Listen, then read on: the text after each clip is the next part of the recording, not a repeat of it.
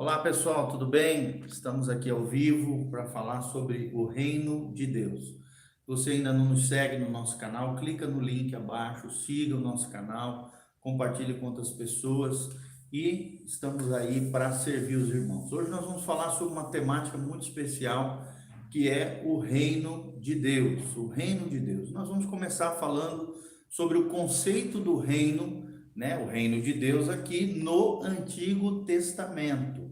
O que é o reino de Deus no Antigo Testamento? Então, espero de alguma maneira estar contribuindo para o seu crescimento espiritual, maturidade e também crescimento escatológico sobre o final dos tempos, compreendendo melhor o que é o reino de Deus no Antigo Testamento, no Novo Testamento. Nós vamos falar sobre o reino milenial também. Então, temos bastante coisa para falar nesse sentido.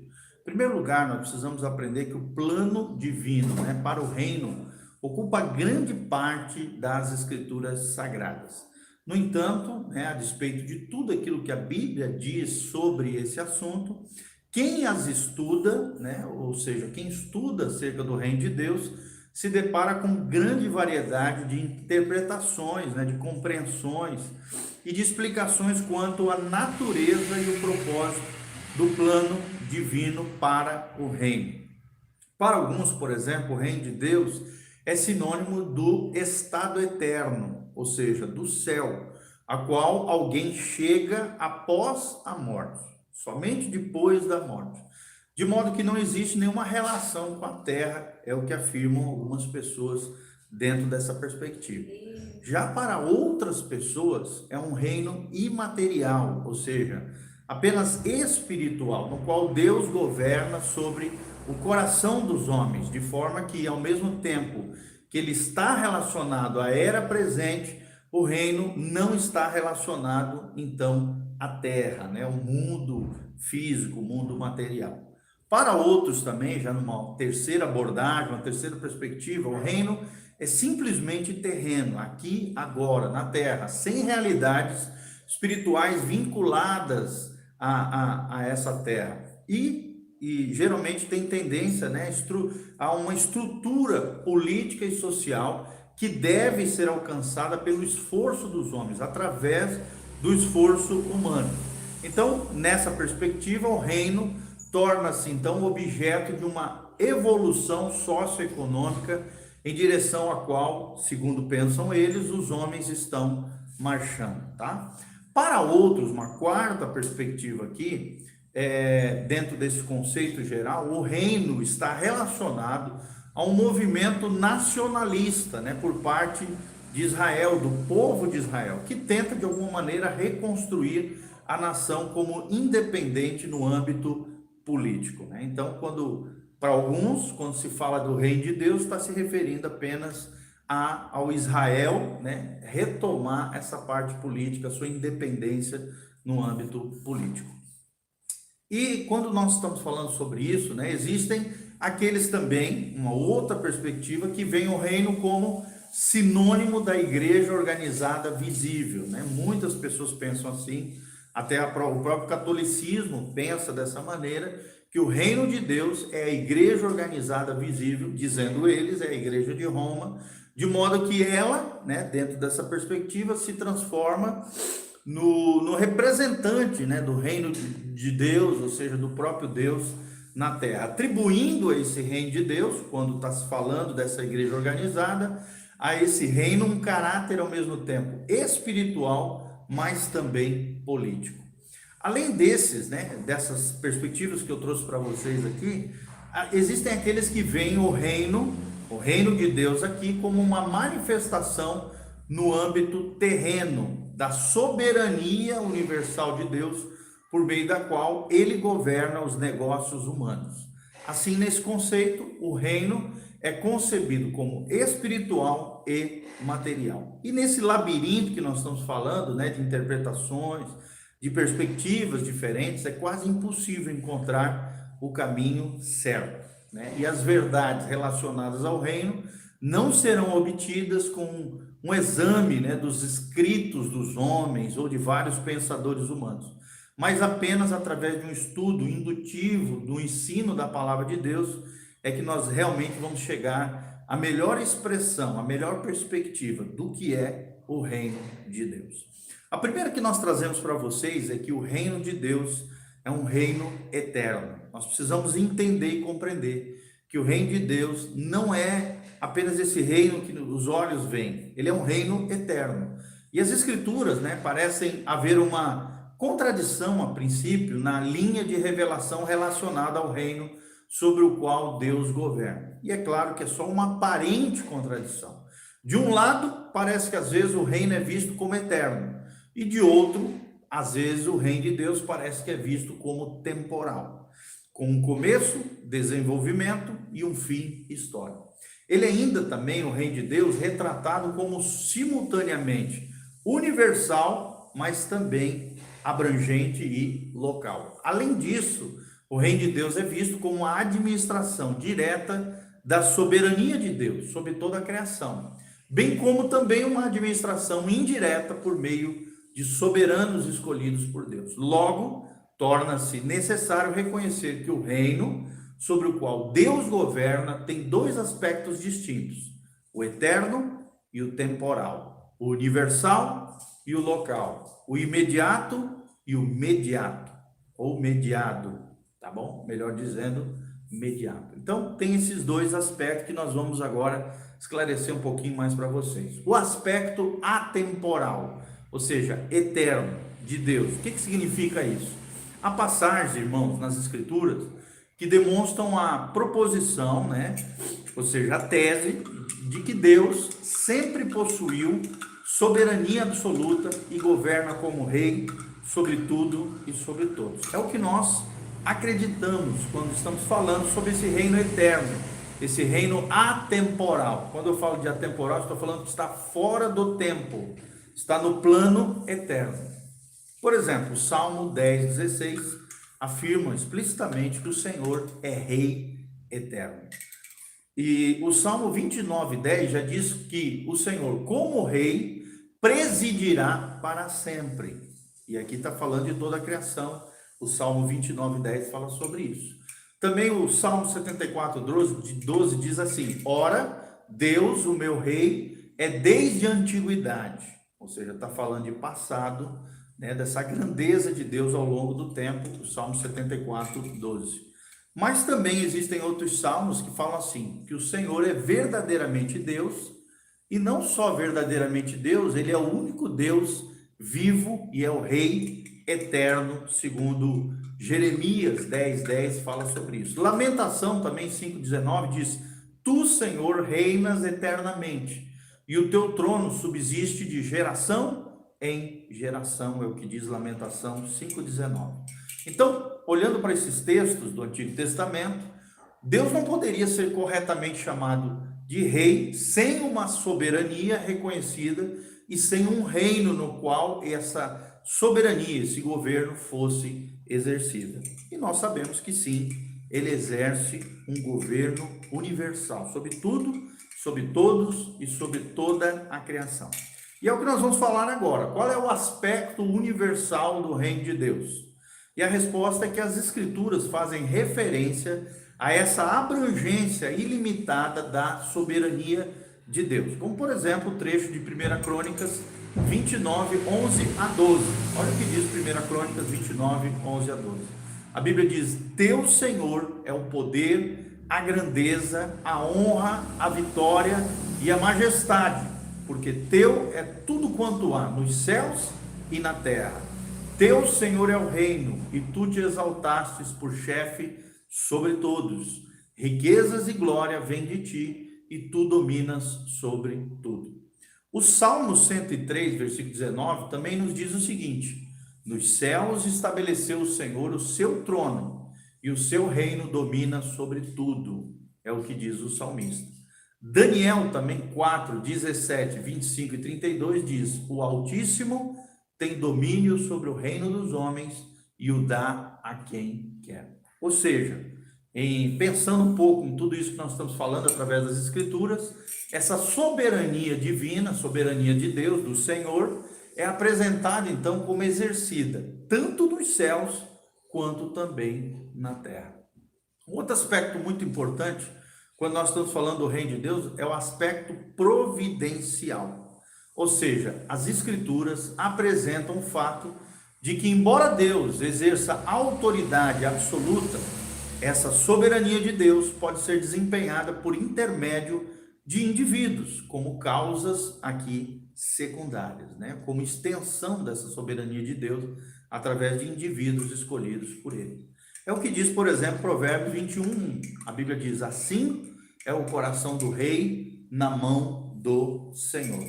E Isaías 10, 5 e 6 também menciona um fato sobre isso. Diz assim: ai da Síria, cetro da minha ira, a vara em sua mão é o instrumento do meu furor. Envio, ou seja, a própria Síria, o reino assírio, o rei assírio, contra uma nação ímpia e contra o povo da minha indignação. Lhe dou ordens para que dele roube a presa e lhe tome o despojo. E então, quando nós lemos esses textos, né, isso pode ser ilustrado de forma ainda melhor no trecho que nós encontramos de Jeremias, né, Jeremias 25, 8, Jeremias 27, de 4 a 8, Jeremias também 51, de 11, Jeremias 51, 11, os versículos, até o versículo 24, versículo 27, e Esdras também menciona sobre essa soberania de Deus através de governos humanos, né? Deus age soberanamente, e nós precisamos aprender isso por meio de homens, alguns dos quais reconhecem esse fato, ou seja, se percebem como instrumentos de Deus, nas mãos de Deus, e outros já o rejeitam, e ainda outros o desprezam, né? No entanto, a vontade de Deus sempre será executada. Isso não só se vale no âmbito da humanidade, mas também quanto à natureza criada por Deus. O salmista diz, por exemplo, no Salmo 148, versículo 8, que fogo e saraiva, neve e vapor, e ventos procelosos que lhe executam a palavra. Ou seja, Deus pode usar até elementos naturais, elementos da natureza, como aqui no Salmo 148, 8, o fogo, a saraiva, a neve, o vapor, e os ventos como elementos que executam a sua vontade, a sua palavra, como nós vemos na palavra de Deus. O reino de Deus também tem um aspecto milagroso, um aspecto sobrenatural, um aspecto milagroso que nós vamos trazer agora para vocês. Há ocasiões, por exemplo, em que a soberania divina, a soberania de Deus, é manifestada diretamente nos assuntos humanos através de milagres, através de coisas sobrenaturais. Como, por exemplo, Êxodo capítulo 7, de 3 a 5, onde a Bíblia Sagrada diz assim, e o Senhor falando aqui, relatado pelo profeta Moisés, ele diz assim: eu, porém, endurecerei o coração de Faraó e multiplicarei na terra do Egito os meus sinais e as minhas maravilhas. Faraó não vos ouvirá, e eu porei a minha mão sobre o Egito e farei sair as minhas hostes, o meu povo, os filhos de Israel, da terra do Egito, com grandes manifestações de julgamento. E saberão os egípcios que eu sou o Senhor Deus. Então nós vemos claramente, né, que de forma milagrosa, sobrenatural, poderosa, Deus tirou com mão forte o seu povo da terra do Egito. Então toda a questão dos milagres é apenas a discussão de um soberano infinito ter ou não o poder e o direito de intervir e demonstrar o seu poder dentro do reino sobre o qual ele governa. E nós sabemos que Deus tem poder, tem autoridade, tem capacidade de exercer o seu poder sobrenatural, através de milagres e maravilhas, através da história. A Bíblia Sagrada relata de Gênesis e Apocalipse esses fatos, de que existe no reino de Deus esse aspecto sobrenatural, o que a gente chama aqui de aspecto milagroso, ok? Também é muito importante nós vermos a etimologia, né? O uso da palavra reino na Bíblia Sagrada. E Led, um teólogo, um grande teólogo, ele apresenta bem o uso dessa palavra quando ele escreve o seguinte: ele diz que o significado básico da palavra reino no Antigo Testamento, ou de forma neotestamentária, traduzida para o reino, é a palavra Basileia, tá? E é interessante, ter até uma cidade com esse nome lá na Suíça, Basel, na Suíça, também é conhecido como Basileia, que significa reinado, ou reino, ou povo, né? Recentemente, né, alguns críticos atribuíram grande atenção a esse assunto, e existe um acordo praticamente unânime de que Basileia significa poder real, autoridade, reino ou povo. E é mais básico ao sentido de Basileia é a palavra reino ou povo. Então, no seu uso linguístico geral, deve-se observar que a palavra Basileia, geralmente na Bíblia Sagrada, nós traduzimos por domínio ou reino, e designa essa existência, o caráter e a posição de um rei universal, que nós sabemos que é Deus, geralmente atribuído nas Escrituras. Já que ela é relativa a um rei, devemos falar também sobre a majestade desse rei e a sua autoridade. É o que fala Led Schmidt na sua obra Theologisches Wahrsbund zum Neuen Testament. É uma obra em alemão, né? Que nós trazemos a sua tradução aqui para o português para que você compreenda. Então, a palavra mais usada quando se refere a reino no Antigo Testamento é a palavra Basileia. Então, são encontradas aqui, Lodge continua dizendo, Schmidt, que são encontradas no Novo Testamento várias ilustrações desse significado abstrato da palavra Basileia. Por exemplo, quando Jesus veio a Jerusalém, o povo pensou que o reino de Deus apareceria imediatamente. E Jesus então contou a eles uma parábola sobre um nobre que viajou a um país distante para receber uma basileia, né? Ou seja, um reino, um domínio, e depois voltar. A Bíblia fala que os seus súditos o odiavam e enviaram então um embaixador para declarar que eles não o queriam como rei, que aqui são o símbolo dos profetas, dos pregadores.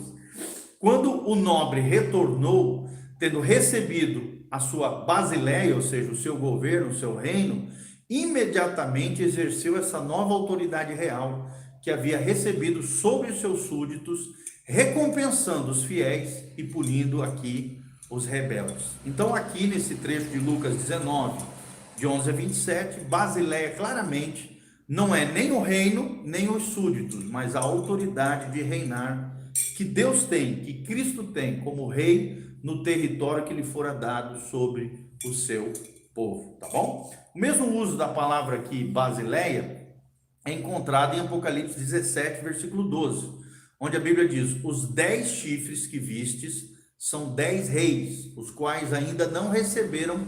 Aqui a palavra reinos é traduzida como Basileia, mas receberam autoridade como reis com a besta durante uma hora. Então, claramente aqui, a palavra Basileia, que ainda não foi recebida, é sinônimo de autoridade como reis. E em Apocalipse 5:10, a palavra Basileia se refere a um povo redimido, mas eles constituem também a Basileia, não porque são súditos do rei, mas porque compartilham do seu poder real e reinarão sobre a terra, é o que afirma George Led na sua obra Crucial Questions About the Kingdom of God, ou Questões Cruciais acerca do Reino de Deus, traduzindo essa obra do inglês para o português. Então, de acordo com esse conceito, esse reino eterno deve ser um reino, né, o governo e a soberania real de Deus sobre todas as inteligências no céu e na terra, que estão voluntariamente sujeitas a Deus. É o que fala também o grande teólogo Lewis Sperry Chafer na sua obra Systematic Theology, ou Teologia Sistemática, no tomo 7 da sua obra. Ele fala sobre isso, sobre esse exercício da soberania de Cristo sobre toda a criação de maneira universal e temporal, e atemporal, ou seja, eterna, tá bom? Outra coisa muito interessante é nós pensarmos sobre o reino universal desafiado, e é o que nós vamos tratar logo em seguida. Continue conosco, em nome de Jesus, a graça e a paz de Deus, tá bom? A paz, valeu e tchau.